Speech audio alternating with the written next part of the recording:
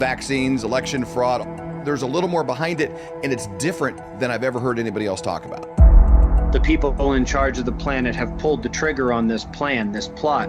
About every 12,000 years, there is a major geomagnetic pole shift. The magnetic poles have moved more in the last 25 years than they have in thousands of years, and that is accelerating as well. There is also evidence at every single one of these events of some kind of major catastrophe triggered by the sun. More anxiety, fear, panic, loss of smarts. Do you identify as Black? Increased emotional instability. These elites are building million-dollar bunkers. So many of them are trying to figure out a way to do their version of building an ark. COVID-19 originated in animals sold in a so-called wet market in China. All steps for man, scientists for mankind.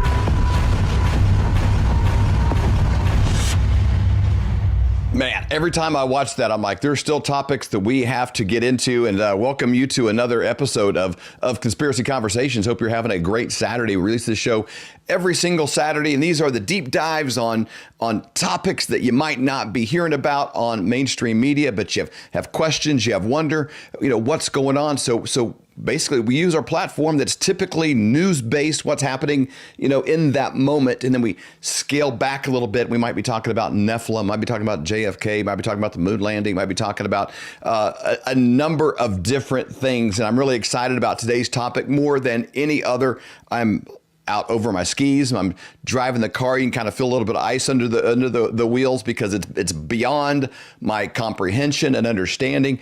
But based on the research of today's guest, it's going to start tying together things of like, oh, I knew that might be connected to this, and I knew this might be connected to that. One of our requirements is somebody has probably spent 10,000 hours or more in a Malcolm Gladwell kind of way, working on something in private to be able to come and share it in public.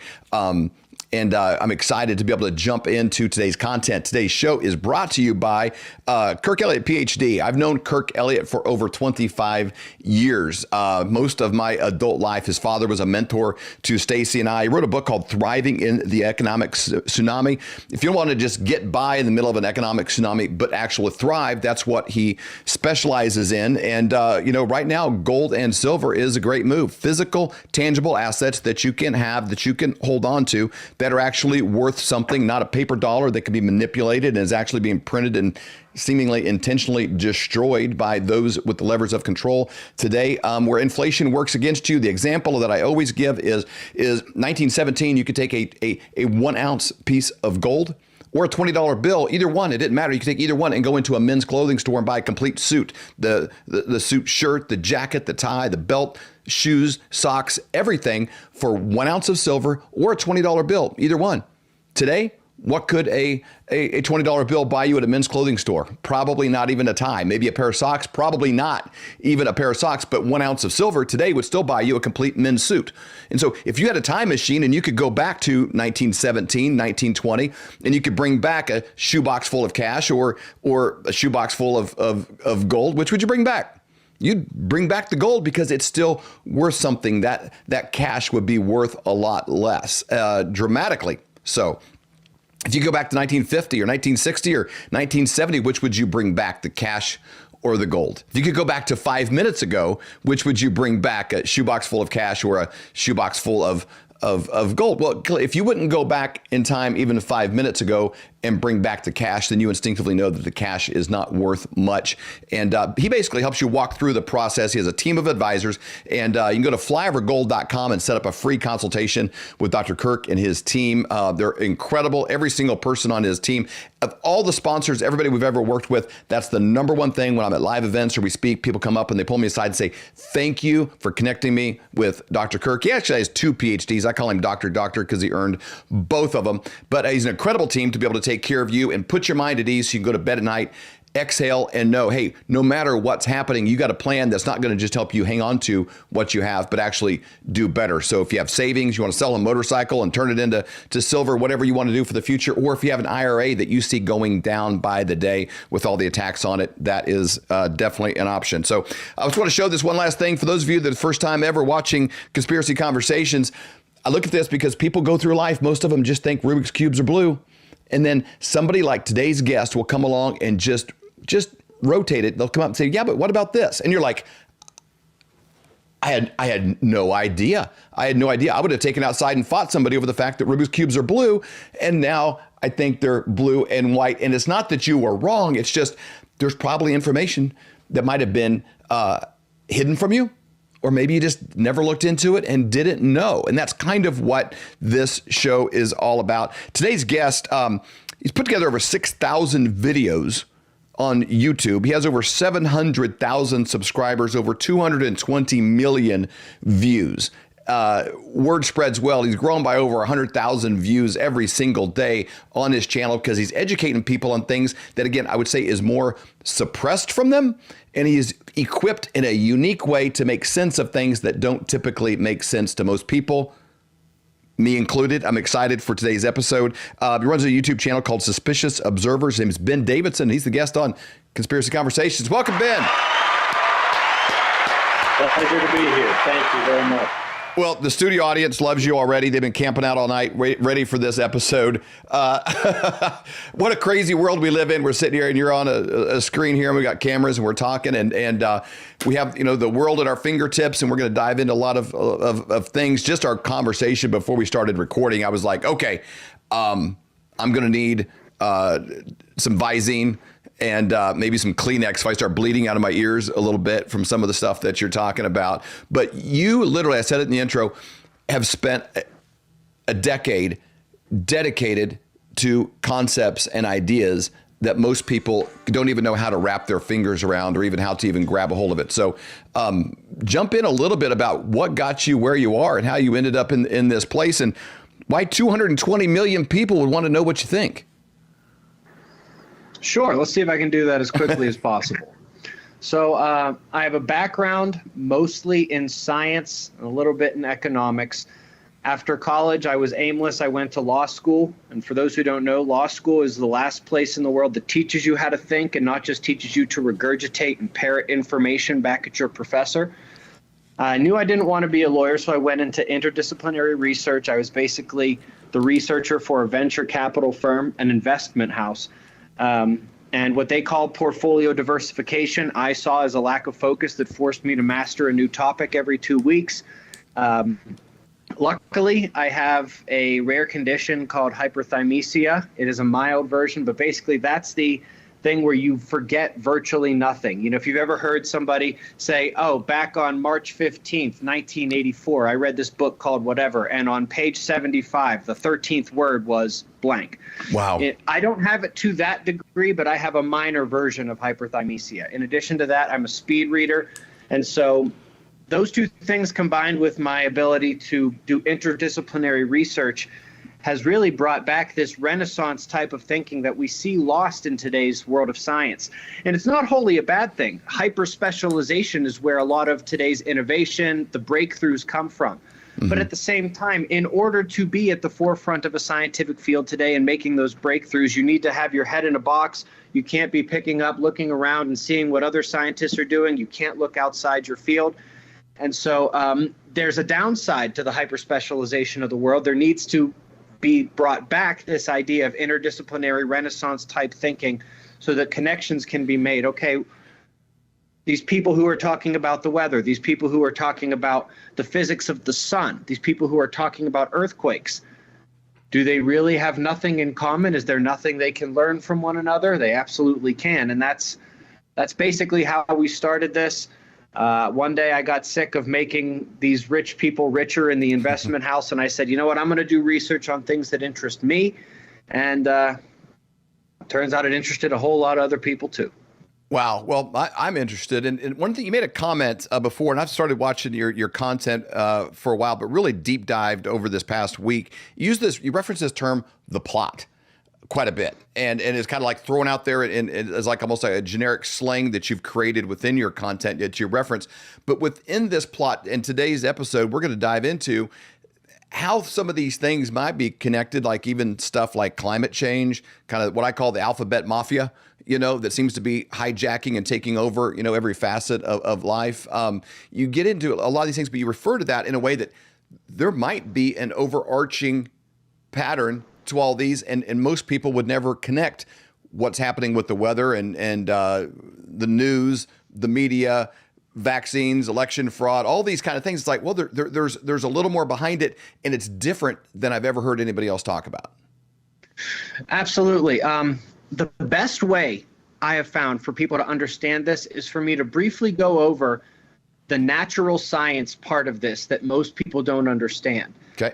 And then once I briefly go over that, there's a very quick and easy tie into modern culture, into the Bible, and to be honest, actually, several different religions. There's aspects of this in the Quran. There's aspects of this in the Indian, Sanskrit texts, Egyptian stuff. It matches the Bible, in my opinion, better than everything else, though. And from there, it's actually very easy to see, okay, hey, wait a minute. This natural science story, it is tied in to a biblical story. It is tied into the modern economy, modern sociology, modern culture, modern politics.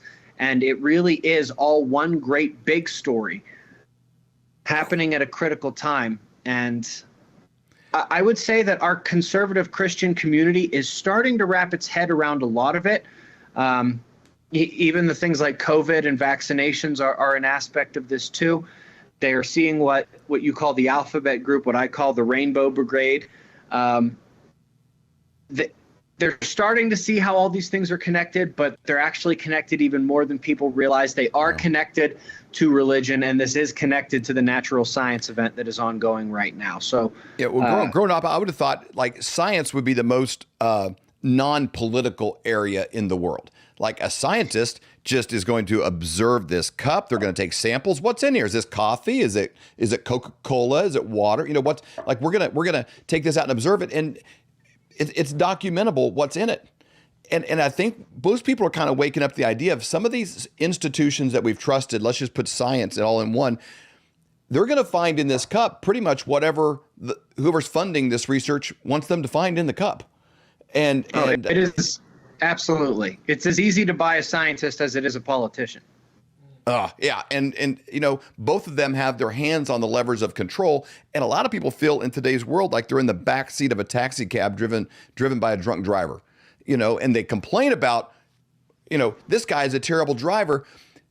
But I think they're kind of starting to shift that from like, it's not that the driver's skill is bad. They're trying to run into all the mailboxes. They're target. It's not an accident. It's like, this is a weird thing. And I think diving into this specific area is a great place to start because medical community, a lot of people there, they can't afford to tell the truth. One thing I found during COVID, most of the doctors that would speak up, they had one thing in common: white hair. You graduate college, now you finally got, afford a home. Your wife maybe can quit her second job and you're going to start paying off the debt. You got 2 cars and it's like you work at a major hospital. You're not going to speak up and tell the truth. You can't afford a conscience. And a lot of people, are now speaking up on that. They're like, hey, I should have said something. They knew all along, but they couldn't afford to tell the truth. So some of these institutions, it seem like, well, science, that's just factual. You're going to get the diagnosis based on what that doctor observed. And like your diagnosis might have been written when you walked in the door based on what's going on, in the world. And so people are kind of waking up to this. And I think that the thing that we really try to push, even on our nightly show, is for people to take ownership personally of the most important things in life, like your children's education, your faith, your finances. Some of these things, it's not like, well, I don't know, this is what my pastor says. Well, maybe your pastor is going to have in Fauci and he's taking PPE and they're lining people up to take an experimental medication. It's like, well, maybe some of these things, people that you've trusted in the past, you need to like maybe appreciate them, but take personal ownership of the information that you're really holding on to. And I really think that's what's going to come out of today's show. Absolutely. I would say so. But first, they have to at least be introduced to this natural event that is going on at the moment, because the fact that it's going on right now is the reason why the people in charge of the planet have pulled the trigger on this plan, this plot, over the last couple of years, and what they have planned for us in the years ahead. All right, so with your permission, let's jump into this plot. I'm excited. About every 12,000 years, there is a major geomagnetic pole shift. You may have heard something about a pole reversal or a pole shift. It's got a lot of different names. It's all the same thing. There is a more minor version on the half cycle of 6,000 years, but we are upon the 12,000 year full cycle right now. Okay. This is traceable very easily back to 60,000 years ago, and once you get back before that, it's a little harder. But they have found evidence of these going back hundreds of thousands of years. But the important point is that these major pole shifts happen about every 12,000 years. The last one was about 12,000 years ago. And so, okay, 12,000 years later, here we are. What would we be expecting to see if one was about to happen again? We would be expecting to see the magnetic poles moving, and we would be expecting to see this magnetic field around our planet, which protects us from supernova and the sun's rays and gamma rays and other things like that.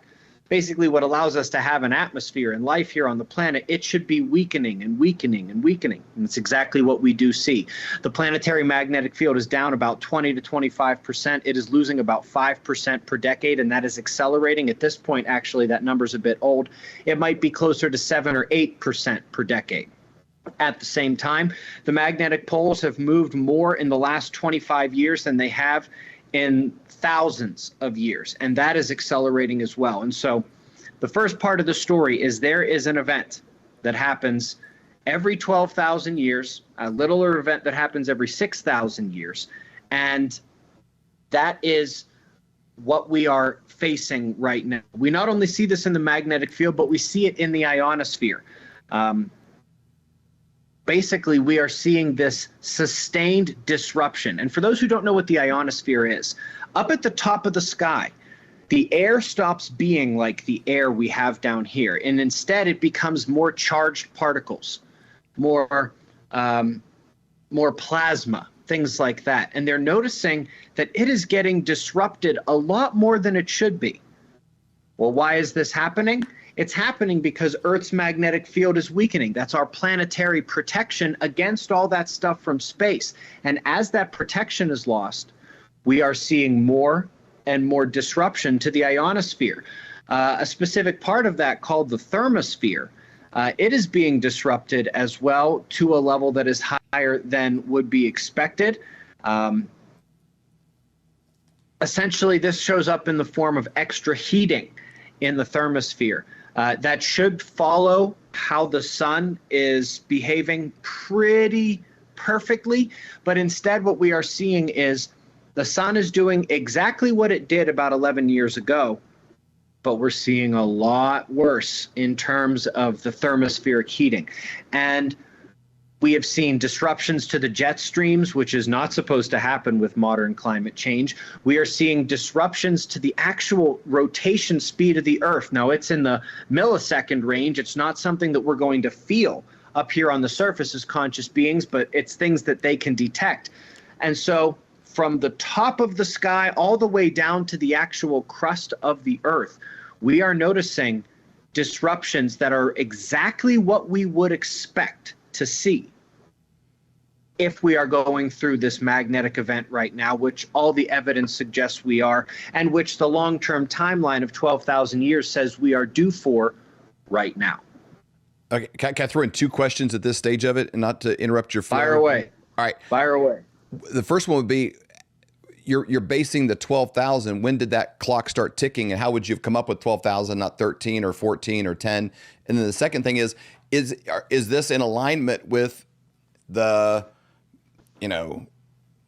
mainstream media view of global warming, and you're explaining what's happening with it and the green push and that agenda?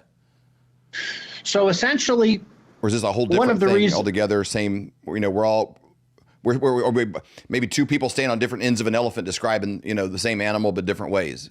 How's this work? So I would say it certainly does not line up with the mainstream ideas about global warming.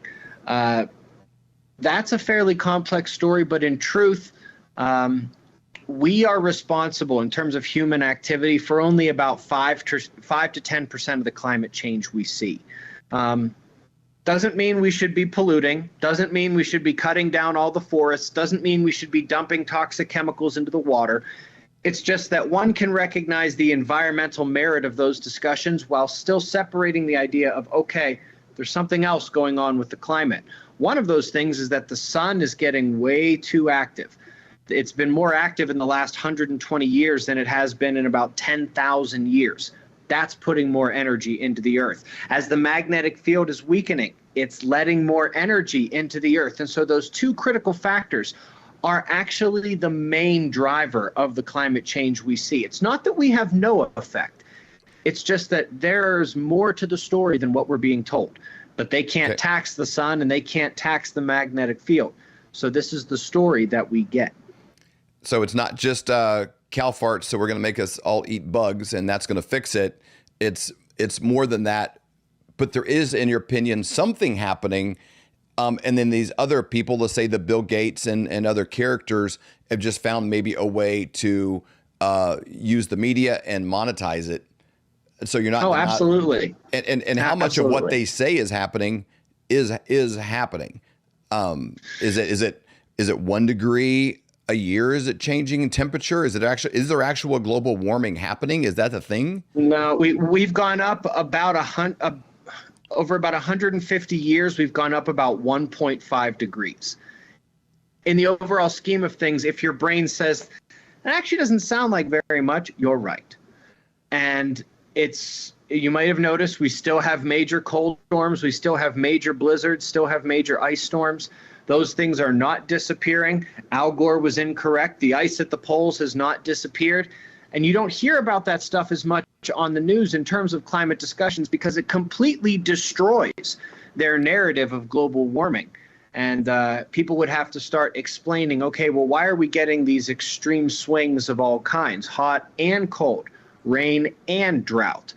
And so the answer to that is that we have more energy coming into the system in terms of an electromagnetic perspective. One, from the sun being ultra active, and two, our magnetic field, our protection from the sun is disappearing. And so those two things combined is really the reason why we're seeing more extreme swings. For people who live in the middle of the country, for example, they may have noticed several times in recent years it was record hot, and then there was a major storm that rolled through that night, and then the next day it's like the temperature dropped 40 degrees. Yeah, they're used to a little bit of back and forth, but the swings have become much more extreme. That is not part of the global warming story, and it is by ignoring things like that and the continuing cold records and the continuing snow records that allows them to paint the climate change story that they want, which of course they are using to increase taxes and will soon try to use to take away freedoms and other things like that. It's part of the plot, as I said. Okay. Keep going back to this plot. Absolutely. That first part of what indicator was there with the 12,000 year thing? Like, that's fascinating to me because every culture has a flood story. You know, I believe the biblical view, Noah and this and that. But if you go, every ancient culture has some story of that event. You know, so there's these things that kind of we have historical precedents for. But how'd you come up with the 12,500?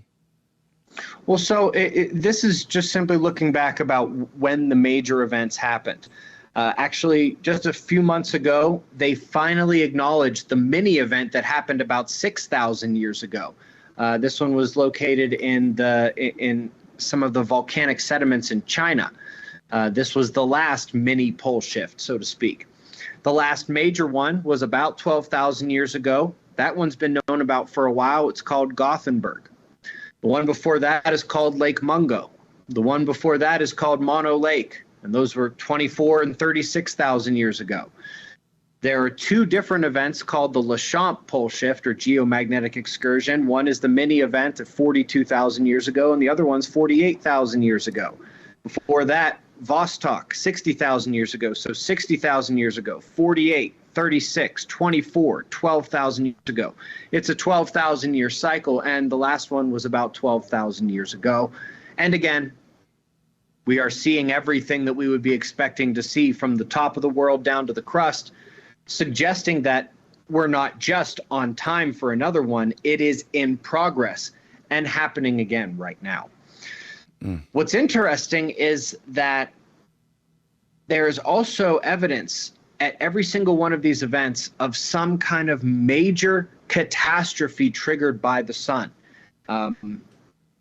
The evidence would seem to suggest that a layer of dust and other material builds up on the sun, and then, like putting your hand around a firecracker, the sun blasts it away.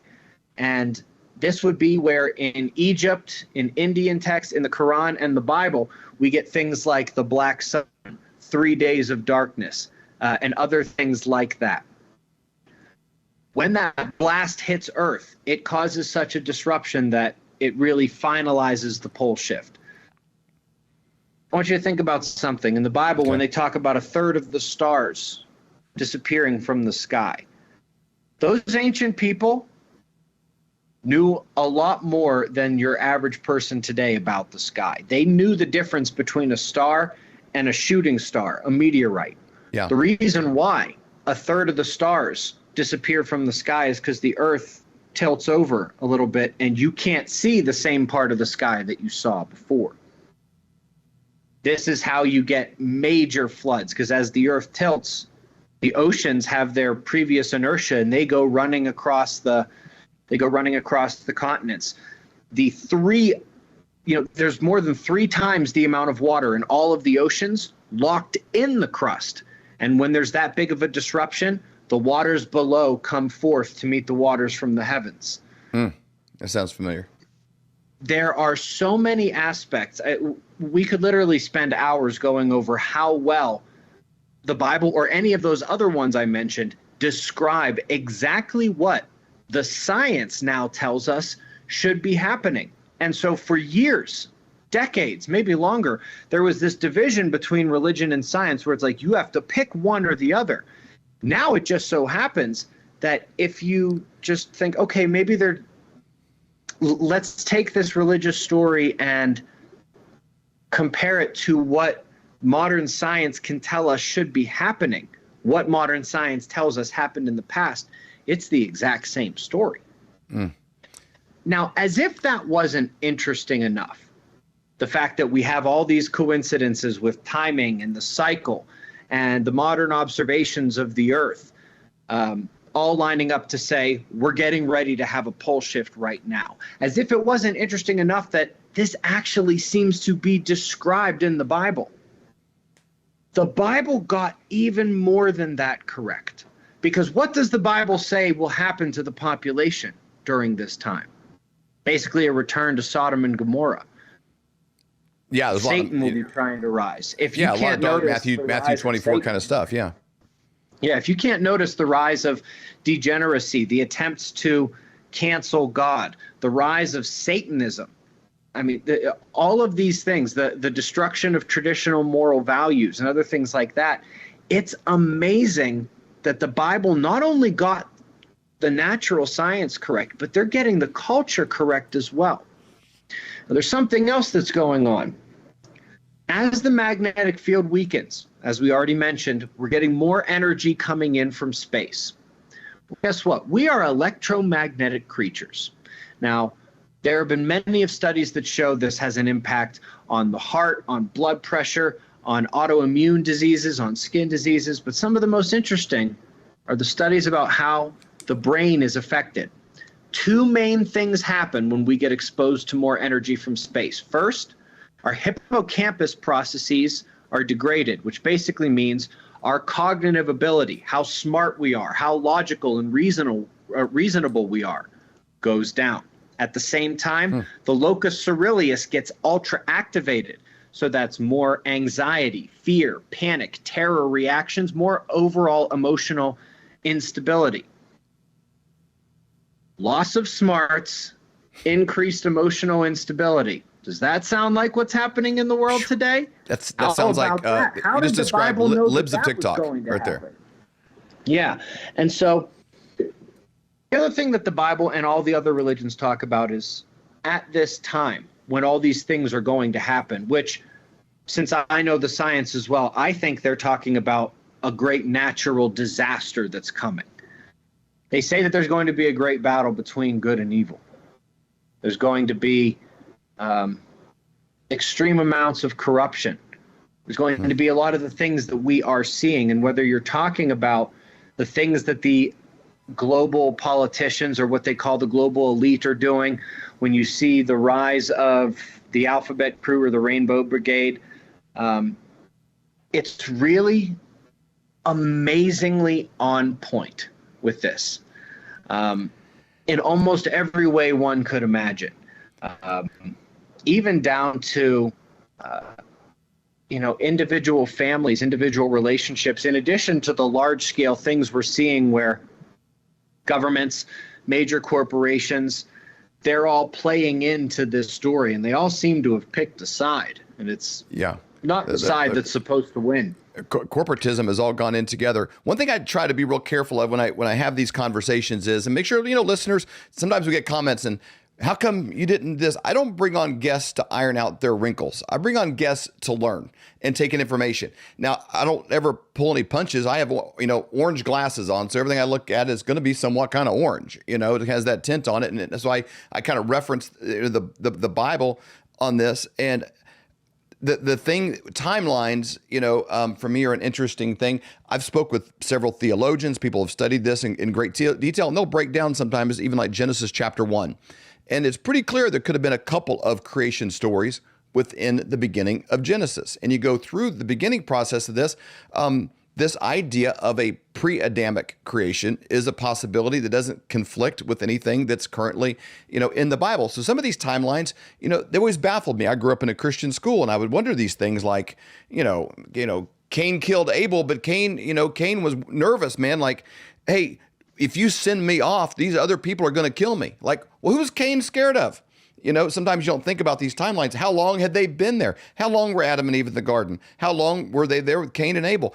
We're able to grow fairly large cities. Sometimes you watch a Bible story movie and there's like little towns of like 100 people, and it's like, clearly there were cities over 1 million. Clearly there were large populations at many points in the population. And so we don't know exactly how long some of these things have gone on. I kind of feel like people that have this like younger earth view, that maybe it's been in that 6,000 year range, maybe since Adam and Eve left the garden, and that kind of a time frame from then till now with the flood, mixed in fairly early in that process.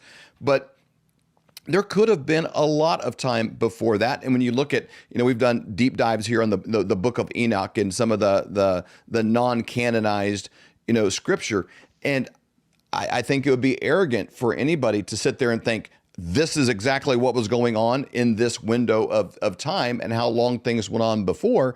So there's a lot of mystery that I think sometimes conservative Christians, and I put myself, in that category, you struggle a little bit with like, well, I don't have a verse for that, or how does that go on before that? Or the Bible maybe says this 6,000 years, how long has this been? And that's kind of what they come up with.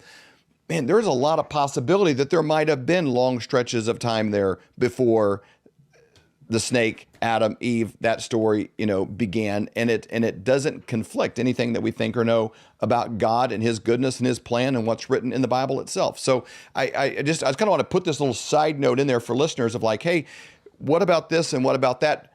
2 rules. 1, I'm here to hear this all out. Number 2, I've got to think, how much are the glasses I'm wearing not even allow me to see something else that might be right in front of me? And I think, again, our rule and our process here is what can we learn? And like a shopping cart, I don't go to the grocery store and bring every single item home with me.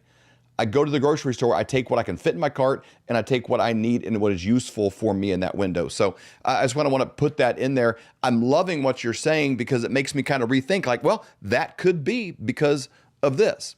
You know, when you're talking 12,000 and 50,000 and 60,000, those kind of numbers have been hijacked so much by the evolution crowd that say we came from nothing, from a little bug and grew from nothing, that there was no God, there was no creation. Somehow we magically came from, you know, pond scum and grew into monkeys and went through this whole process. Like, you can have a long timeline and still have a creator, I guess is what I'm trying to Absolutely. get at. I would those two say things so. can be true at the same time.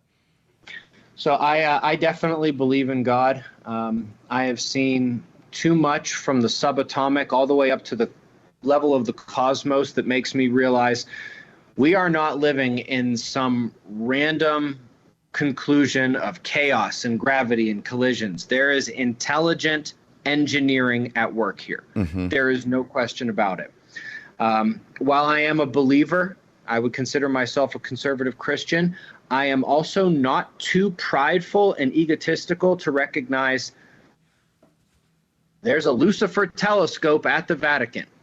There's thousands of books they will never let us see. The history of improper behavior on the part of priests and other people like that has been exposed in the last several years.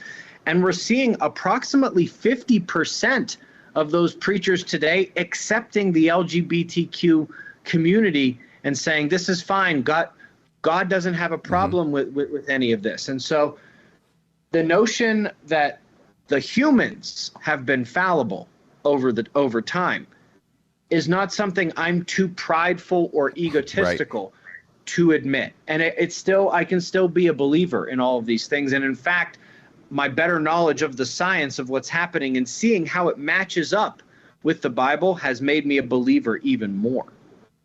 Wow. I love that. I love that. And if something's true, it can hold up to some investigation. Absolutely. You know, and Absolutely. and be looked at. And that's one thing I'm really seeing in the world right now is this is an encouraging thing for me when people say, what's going to be different in 2024 or what's going to be different in the future, or we're just on this permanent downward slide. I have more people than ever coming up to me at live events and sometimes see us on email. People have even gone to church for 20 or 30 years, but have never even read their Bible at home alone. They've not, you know, their pastor says 3 verses, and that's encouraging. I can use that in my sales meeting tomorrow on Monday when I go to work. But they're actually like, you know, I appreciate that, but I'm going to dig into this thing for myself. And it's crazy how much of what we know, that we think we know, isn't based on anything other than that's just an image that popped up in your head when they told you a story when you were a kid. And you're like, well, it's in the Bible. They have the pictures of Noah and the ark. There's all these animals. They're like waving to people on the shore. Like, who are they waving to? You know, it's like this goofy, you know, paintings that they'll have in the nursery at church and these kind of things because they're kind of pleasant, but it doesn't really line up with what's in the Bible. And you start digging into your actual Bible and you read Genesis chapter 6 and you're talking about giants and you're talking about, you know, these kind of beings. It's like, I don't know that I completely understand everything there. And it might have been a little weirder space than what we give it credit for there in the beginning.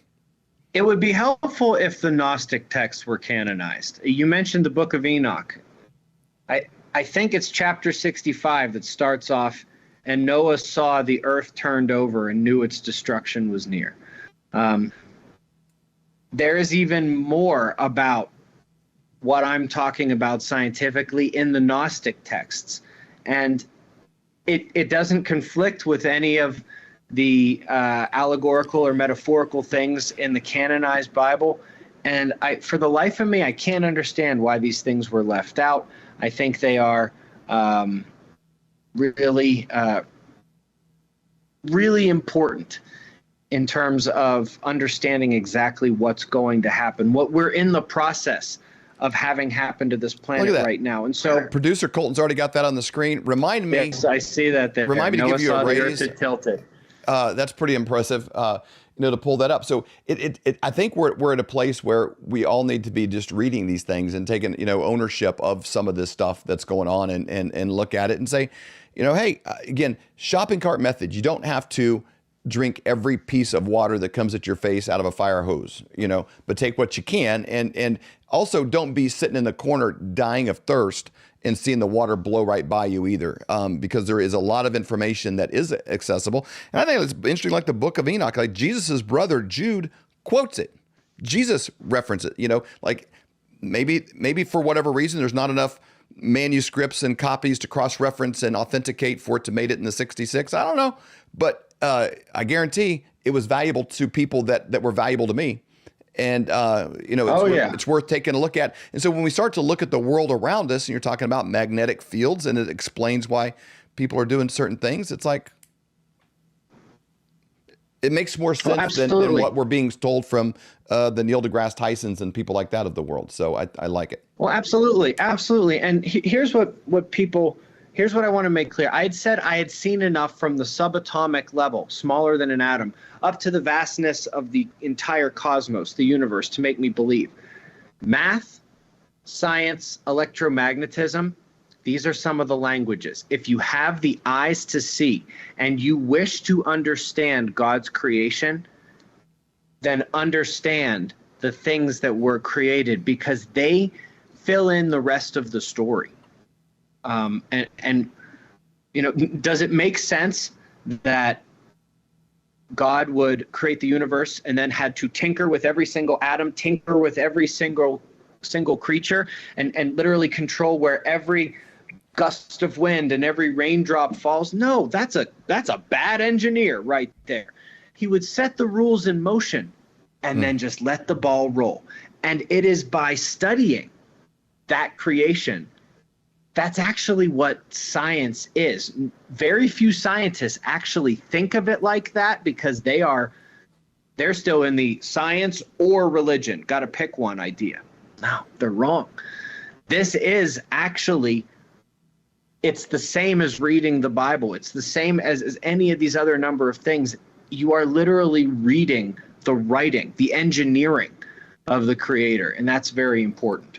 And I think too many Christian families, though, they raise a child and then they send them to college with this either or mentality. I know. And then it's like, well, I don't want to be an idiot in the science. I can document this. And they don't realize if anything should lead you to a biblical worldview in God, it's science. The observation of what God's created. Yeah, I've found that to be true. So an interesting place to go from here, now that we've sort of put all these things together. And I'll quickly say that,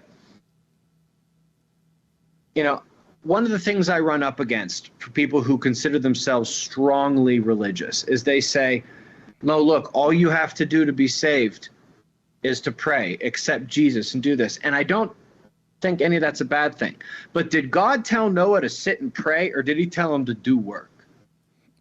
Well, he told Adam to get to work. Very clear what he told Noah. God created Adam, put him in the garden to work the garden. He named the animals, and he worked. He was doing something. He was doing something. If you have the eyes to see what is coming, and the afterlife, heaven will be there waiting for you if you're good. It doesn't mean that you should just accept destruction. If you can survive, I think it is imperative on all of us to try to be here alive and as good and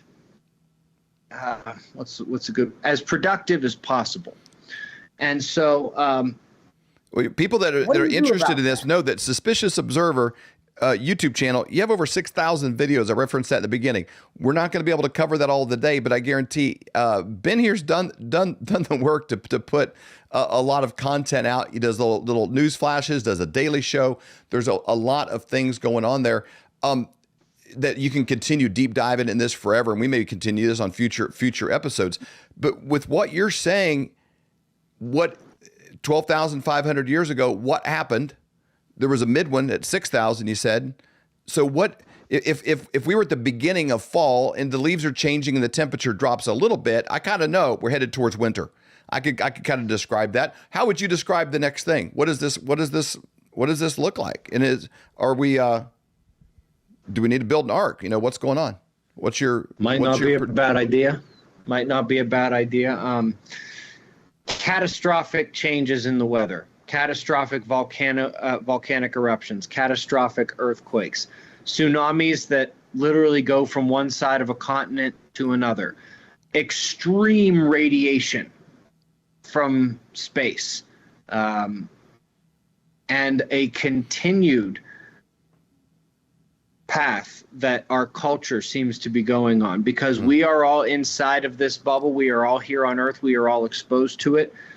Intelligence is going to continue to go down. Emotional instability is going to continue to go up. And until the moment of inflection, this rise that we're seeing of Satanism and this popularist destruction of God in the media and in culture is going to continue.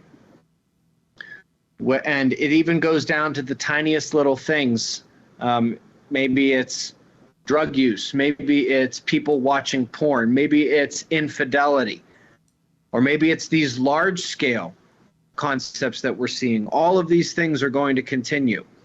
And in addition to the science of the energy from space telling us that's what's going to happen, in addition to the Bible telling us that's what's going to happen, look at what the elites are doing economically.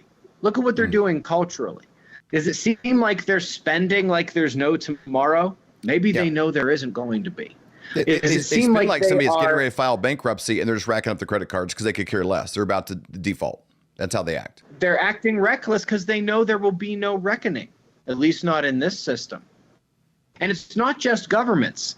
You know, Elon Musk has the ability to go up in SpaceX, but he's also got the Boring Company. He can go underground.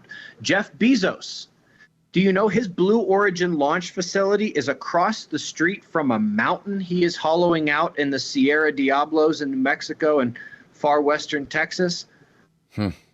So many of these elites are building $1 million bunkers. So many of them are trying to figure out a way to either escape the earth or escape underground. We are seeing this to an incredible degree. It's, you know, don't listen to what they say. Watch what they do.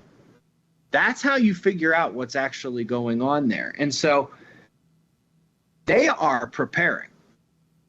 And one of the reasons they are using things like climate change, things like ESG and the soon coming central bank digital currencies, is to be able to steal our freedoms and steal resources.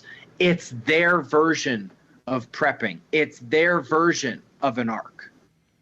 Wow. And it's so essentially, if I could sort of walk around everything we've talked about here for a second. You know, most of science, there's one line of data, one line of information. They go in, they throw out data points they don't like, and then they make their best guess about what this information is telling them. That is not what we have here. We have the history of the earth speaking a story. We are right on time. We should be seeing certain things if this story is correct. Oh, we're seeing all of them, and not just in the natural world, but in our culture. And it just so happens that these things are mirrored in our religious texts. And it just so happens that the, quote, elites, the governments, the corporations of the world, they're in on it too. They are behaving exactly as they are expected to behave. And so this isn't normal science where you've got one vector of information and then you make best guesses about what it means. This is, if I may just quickly do this. Please. Paleomagnetism, historical climate change, modern geophysical observations of the magnetic field, the ionosphere, the atmosphere, and the crust, modern solar physics, and even a little bit of galactic astrophysics as well in the more complicated aspects of the story. Matching, and so that's a handful of topics right there. Not just one vector of evidence. That's a handful. And those all match up with religion, with what we see happening in modern culture and what we see the elites doing as well. There is no way this can be a coincidence. There is too much to ignore. And literally everything from all the weird things in what people are calling the clown world. I don't know if you've heard that term. Yeah. We're basically in clown world right now. Every single one of them is based on one of two things: a push from the satanic side of things, or an attempt by the, quote, elites to do their version of building an ark, taking our money, taking our resources, taking our freedoms. That's what we see. That's the clown world. Everything falls into one of those two categories, either the push for Satanism or their underhanded version of prepping. And again, it all matches up. All 9, 10 things I just mentioned, not just one pointing in one direction, but finally 10 different things, all telling the same story from a different angle. The marriage of science and religion, finally. And it all makes sense when you actually look at the world today and see what's going on. This is the one missing factor I see from, whether you want to call it the conservative Christian community, people online call it the red pill community. They see a lot of what's happening with COVID or the vaccine or the economy or the fraud of climate science or their attempt to push central digital bank currencies.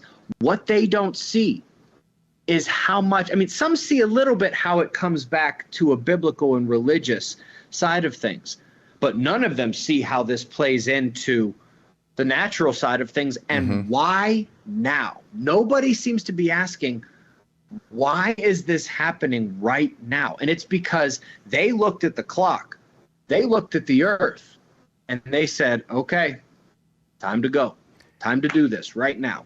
And that is literally how you complete this story. This is how you take all these elements of the clown world and realize they dressed this clown up on purpose. And it is only by understanding everything from the natural science aspect in the history and what we're seeing now, adding it to the culture, what the Bible predicted, what we're seeing now, and looking at what's expected to come and the path we're on, and seeing how those things follow a natural science explanation with our brain interactions and exactly what the Bible predicts is going to happen. That is how you actually wrap your head around everything. I got so many questions, here, but let's dive into this phase of it here. Let's go to like 2 more steps here. What we got you is what could probable and maybe worst case scenario. What are we talking about here? Is this something that, having some extra food on hand and some things like this is that kind of prep? Like, what are we looking at here? And then number 2, I heard you talk on one of your episodes, and I thought this was really brilliant. It's one of your short clips talking about this experiment with electric shock and how people responded to it and how people, would go into fear or not going fear. So wherever we land at the end of this episode, I'd like to come back to that because I thought there was a lot of wisdom in that, of how people can choose to be prepared mentally and emotionally for the world that we're living in. This is perfect because not only does the first thing you asked lead into the second thing, but what do we do about this is the perfect way to cap off. I don't want our viewers like, hey, we're headed somewhere, with actionable items. Don't go head to the bar quite yet, and be like, hey, what difference does it make? Here's everybody could get their heads around the basics of prepping. Have food, have water, have seeds, have your Second Amendment exercised fully. What people don't really understand is the sun aspect of this, which again, this comes in the Bible, this comes in the Quran, in the Indian Sanskrit text, the Egyptian, several others. It is going to destroy every electrical system on this planet. We are going to get sent back to the Stone Age. You need to be ready to go beyond batteries and flashlights. You need to know how to make fire. You need to know how to rebuild houses, and not a modern house. Like, start small. We need to go back to Isn't it interesting? Interjection there. Isn't it interesting how many shows have popped up lately? We watched season 8. It's the first one we ever watched of a show called Alone, where they put like 10 people in this extreme condition and they have to survive by themselves with like basically nothing. I'm like, there are so many shows like that. It's interesting that people are instinctively kind of drawn to it like a nutrient they're missing. And the media companies are kind of responding to that. But there's so much of that going on right now that never existed before. So we watched season 8 of that. It was fascinating. We couldn't stop watching it. It's like, could I make a fire with nothing? I got matches. Like how could I survive in a situation, like that? I think it's interesting that there's so much of that happening in the world right now. And that's probably an answer or an echo to the question that people in their own actual spirit is asking, like, hey, I sense this maybe coming. Yeah, it's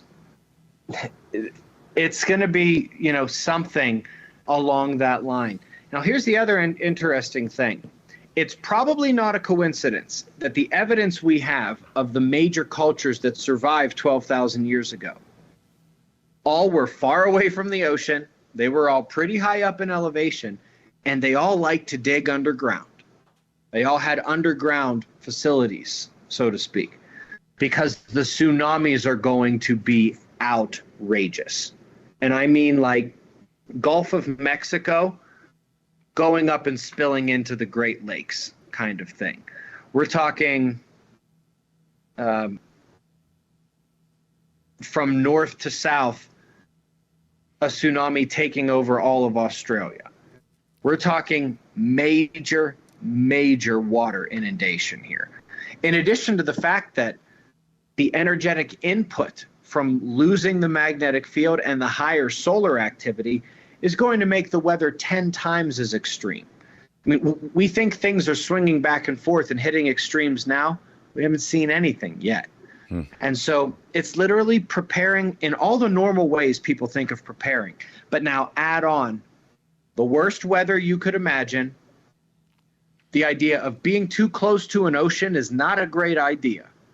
And the notion that maybe you want to think about what it's like when the power is never coming back on, where you literally have to start from scratch once again. Now, we could go into fine detail there, but that's not actually as helpful as the other prompt that you asked me about. Because there's a part in the Bible talking about how men's hearts will fail them during this great, time. Guess where else that is found? In the Quran, in the Sanskrit text, people dropping. It's found in the Egyptian stories. It is found everywhere. So what's that all about? The reason why the technology is at risk is because when the sun gives us a punch, it sends electric current through the atmosphere, the crust, for pretty much everything. This is what's going to damage the technological aspect of life. But as the magnetic field, our protection, gets lower and lower and lower, some of those currents are going to be extremely powerful. So imagine everybody in the world at the same time takes a certain level of electric shock. Now, there are some vulnerable individuals who are going to be taken down by that anyway. There are some, that's just part of it. But what about your everyday people? Because when the Bible and when these other things talk about it, they don't just talk about old, frail individuals dropping from this. In fact, many of them survive. But what's interesting is what you mentioned before about the electric shock. They gave people, hundreds of people, a little electric shock. And because that is now very much frowned upon in the scientific community, nobody will publish the paper. Major publishers are not touching it in terms of a book, right. But they did it, and I'm friends with these folks. They are a little nuts, but they're also really intelligent. The fact that they wanted to go around shocking people is why I think they're a little nuts. But they noticed something interesting. Some of the people had positive reactions, like, oh, they got shocked, and then they started smiling or giggling, like, what was that? Like, how did that happen? Other people were angry. They dropped to their knees. They were clutching their chest.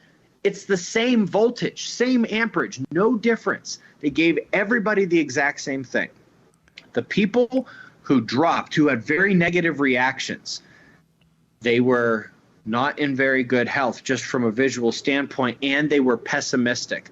They had a negative view of the world. They screened and they asked these people questions before they ever did this, not just about their negative overall worldview, but how are you feeling today? Are you happy? Are you angry? Are you frustrated?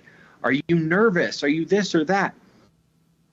it comes down to the difference between the love side of the scale and the apathetic side of the scale, or the negative side of the scale. The people who were more negative, whether that's in terms of how they felt that day, their overall worldview, or their overall health that was, just generally guessed based on the vision, how the person looked. Those are the individuals who took the electric current the worst. The people who appeared to be fit, the people who were happy, the people who had a positive outlook, they were the ones who took the current and smiled afterwards. And so this is something, the amount of current we're talking about when the sun gives us that punch, and our protection from energy from space is basically down at the floor. It's going to be a lot more than the current that they gave all those people. What if it just so happens that all of the negative individuals and the people who aren't as healthy as they should be are the ones whose hearts fail them? Because that's what the only scientific experiment I've ever heard of says is going to happen. And just so happens that's what the Bible says is going to happen to a lot of people as well. When my son was 7, he's getting ready to turn 30 now, but when he was 7, I used to take him with me on business stuff, and that's kind of my role as a dad. As much as I could have my kids around me, even if I would fly and travel, do stuff, I just have my kids around all the time. And so he had this pen that he bought at like a magic shop that when you clicked the top, it would shock you. And it wasn't like just a little, but you did feel a tingle like up your arm, and you kind of, for a little bit, it'd be like it was. I don't think they can even sell it now. It was pretty potent. It wouldn't kill you, but it was enough to where you're like, yeah, it looked like this. And so, anytime somebody's around, like, oh, I'm going to sign this contract, there's a lot more paper stuff. He'd be like, I got a pen here, try it. And he kind of worked on his sales skills. I got one here, use my pen. And they would use it. It was fascinating to both of us. We'd always observe like how people, because some people would throw it on the ground and cuss, and some people would laugh like, oh my, you got me. They all responded differently to the identical same situation. And we even got where, you're kind of like, I wouldn't do it with Carl here. He's the kind of guy that might lose his mind, here over this. And so you kind of knew the kind of person that couldn't handle it emotionally, but it was physically something within their realm, but mentally and emotionally, they couldn't handle, that stress. I think that's an interesting study. That's the reason why we wanted to bring it up. I'm like, we kind of unofficially did that ourselves as a family. Yeah. And so the reason why this follows nicely from what we were talking about a minute before is that preparing for this, it's more than just stocking food. It's more than just stocking bullets. It's more than just thinking about your location and being strategic. It's working on you. It's working on you. It's easy to go to the store and buy some canned food. It's easy to go buy some bullets. If you get over the first hurdle, it's easy to change your diet a little bit. Do some push-ups, go for a jog.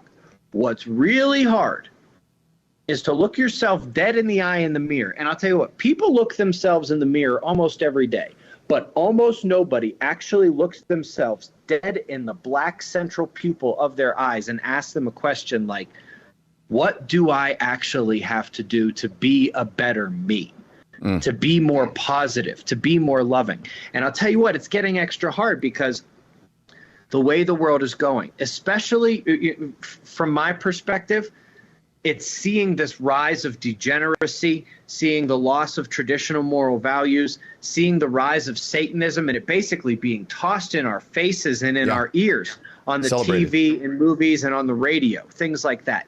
That's what gets me. But for other individuals, it might be watching the economy or watching things global, politically, things like that. For some people, it's Trump, Biden, DeSantis, Kamala, It's understandable to feel negative things about this. I am trying to tell myself, wait a minute, all of this, what do I expect? I know the story. I know what's supposed to be happening right now. I know the science. I know the Bible. They say the exact same thing. Why would I expect anything else? And I also know who wins in the end. I know who wins in the end. So Man, I see these things and I do feel pity, but I try not to get angry. I try not to get depressed because that is on the wrong side of it. Would you say that's the heart of the goal of your channel and what you do, like your purpose, why you exist when you get up in the morning? 'Cause that's a lot of effort to make 6,000 videos. You must be a combination of really driven and a little messed up.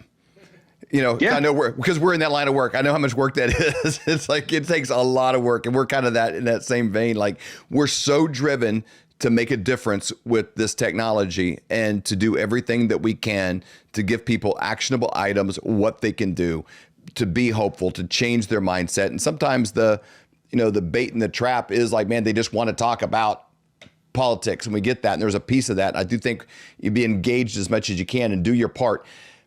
We need to leave every place a little better than we found them. You can pick up a piece of trash that's not even yours. You know why? Because it energizes you and gives you a better day. Cuts down on fear. The more action someone can take, fear goes down. That's why COVID was so bad, because they pumped them with fear and then told them to sit on their couch and just be scared. And you can drink alcohol, you can order McDonald's, and just don't go out and get any vitamin D and don't move.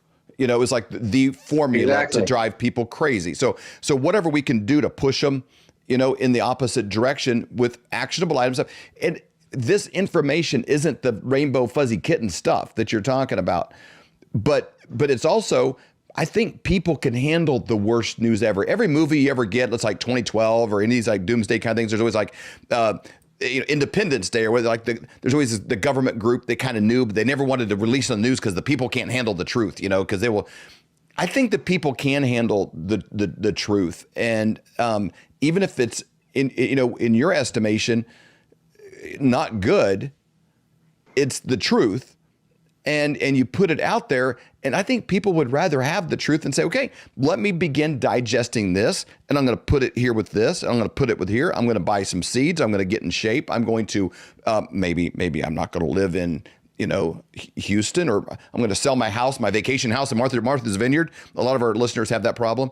Probably not, but I'm going to take an action item that I can do, because that's what I can do. And there's I don't care if humans are in a concentration camp, like Viktor Frankl, the people that survive, it's like, what's next for me? What can I do? And they tend to survive the worst of things. And that's why we're still here. Absolutely. I couldn't agree more. I want to tell people, don't be an ostrich and put your head in the sand and just pray. Be like Noah. Do work. Faith without works, not as good as faith plus works. I try to tell people who are seeing a push towards evil in the world, remember who wins at the end of the Bible. Remember who comes out on top. And then for the people who can seem to understand both of these things, that, hey, this is terrible. It's survivable. Hey, this is terrible. What did you expect was going to happen? This is part of the plot. Then when you get them to realize, wait a minute, it's the exact same story told from different sides, told from different perspectives and points of view. I've actually found people who actually get some peace when they realize, okay, wait a minute, I don't have to be afraid. I don't have to be angry. Sure. I can't just sit here and do nothing. I have to be informed. I have to be proactive. I have to do the modern day version of what Noah did. I have to do the modern day version of, get thee behind me, Satan. And there are a lot of people who are taking pride in it. And I don't know if excited is the right word, but there are people who are energized by the challenge. This is the cosmic Super Bowl.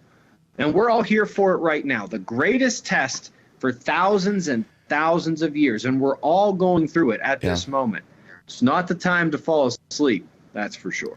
Well, Ben, it does feel like a now kind of moment. Everybody kind of senses that. I mentioned earlier, my youngest is about to turn 27. My son's about to turn 30. The world's changed more since they graduated high school, my wife's grandma is going to turn 101 this summer. She's crushing life. She has a garden. She's ornery. She's sarcastic. You got to watch out for her. You know, she drives herself, lives on her own. She's going to turn 101. If you talk to her about her life, it's like the world's changed more since my kids graduated high school than it has in her lifetime. You know, far as, you know, it may say, well, you know, they had a car, they had phone, they had all this kind of stuff, you know, it was just a little more primitive than we have. But, you know, the idea of social media and the impacts of the type of world that we have now versus when my kids graduated high school, it's been just a hockey stick of change. Here's my last question. I'm trying to beat people to the punch in the comments. You know, when you're projecting something 12,500 years ago, and there's a half thing of 6,000 years ago. I mean, a lot of people are kind of like, what's going to happen in June with the economy? You know, what's going to be the price of silver in July? You know, what's it going to be like by dinner, Ben? You know, should I even buy green bananas right now? You know, it's like, what kind of time frames are we in? Is this? It does feel like, again, the last 10 years, again, since my kids have been out of school, it's been like this, but. You know, could you be off 500 years? You know, where the Mayans, right? Mayans are talking 2012, and maybe they just missed it a decade. That seems like they whiffed completely, but maybe they were on track. You know, what kind of time frame are you talking about in this kind of a space? So if you know anything about how they changed the calendar several times, like we should really have about 13 months of 28 days.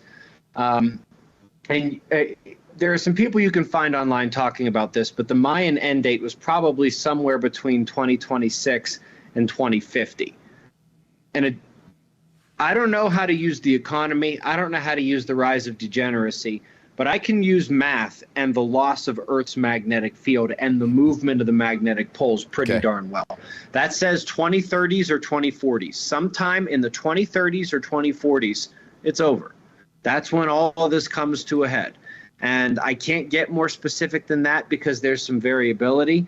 I've seen the arguments about the mistakes people made when they said the Mayans said 2012. I actually think they said a little bit later than that.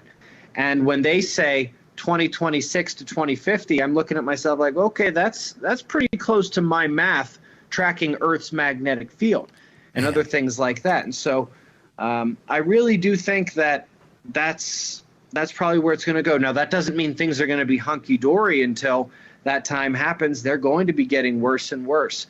These weather swings will get worse and worse. The volcanoes will get worse.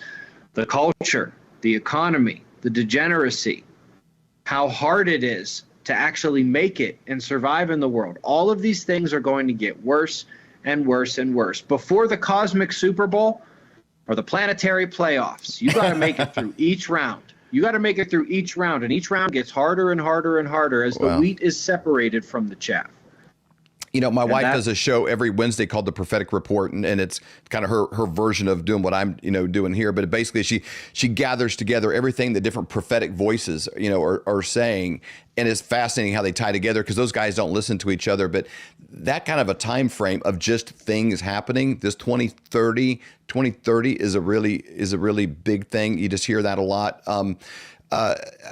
It's an interesting thing. I would love to have you back again and continue digging into this, but I thank you for your channel. And before we even started the show today, I thanked you for the time that you've spent in private to be able to articulate these things in public, because it's a rare gift that you have the communication skills and the mind, and also the work ethic you're like a once in a generation kind of talent to put those things together, and the willingness to make it available and to serve humanity to the best of your ability by putting it out there. So I thank you for that, because it's not easy. Editing videos is a lot of work. Having some jerk in the comment section that just likes to hate is a lot of work. Having, all the things involved, the costs involved, and everything else. It's interesting. I don't know another you that has the science, the communication skills, and the willingness to dedicate it towards educating and waking people up. So I thank you for that. You guys can find Ben at Suspicious Observers. The O in Observers is a zero, interestingly enough. And so anyways, when you go there, look for him on YouTube, and then there's other places you can find him as well. Got a lot of websites, got a lot of tools, got a lot of things available. where you can follow him. And I think this is an interesting conversation that needs to kind of keep going. We got a list of sites you can see there on the screen with websites, things that are available. But go to the YouTube channel, Suspicious Observers. And I think probably that's a good place to live. We should all be very suspicious and observers. You can't observe if your head's in the sand. And I think that's kind of what this conversation has been about, is open up, take a sobering look with your eyes open, look at the problem and say, hey, what can I do today in this day, to move forward? And I think that's pretty clear.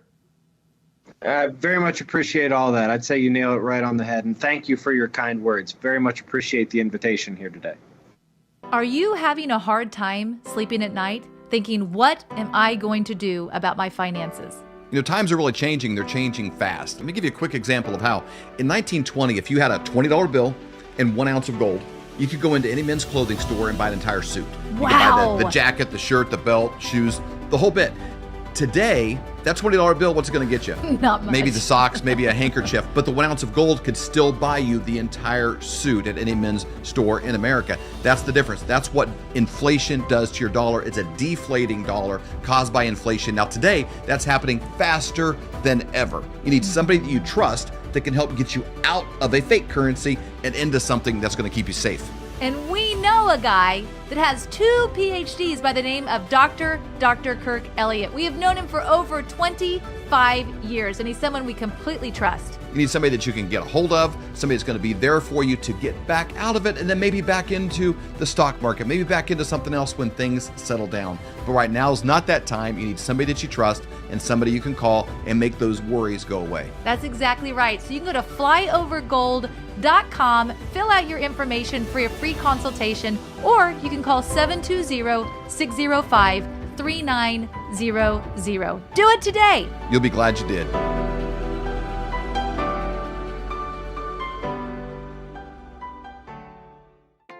Do your feet ache and throb in pain with every step you take every day of your life?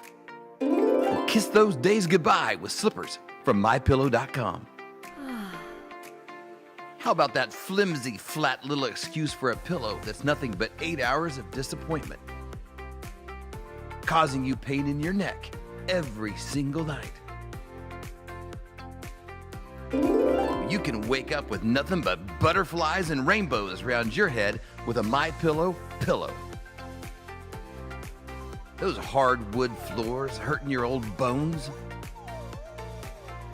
No more with a MyPillow dog bed.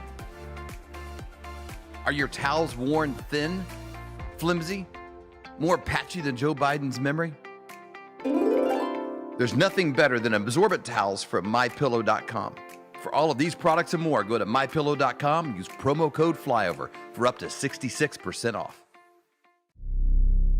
We hold these truths to be self-evident.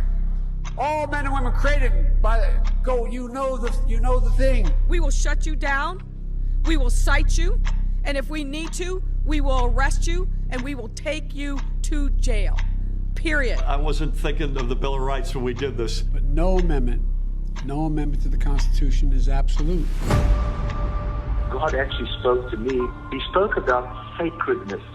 He said to me, Kim, what I place in many, many people is sacred.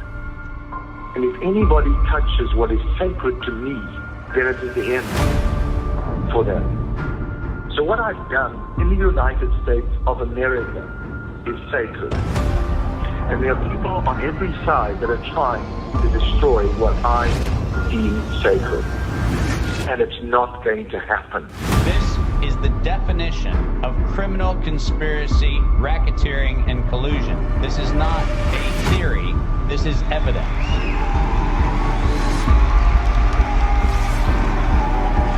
Because I have upheld this country to spread a light to the rest of the world. When you choose to go against the sacred thing that God put to the very heart and the soil of this nation, this was sacred to God.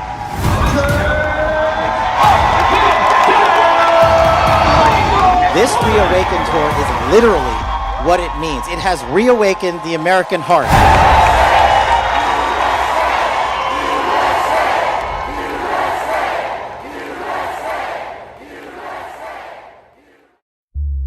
For more great content, go to flyoverconservatives.com.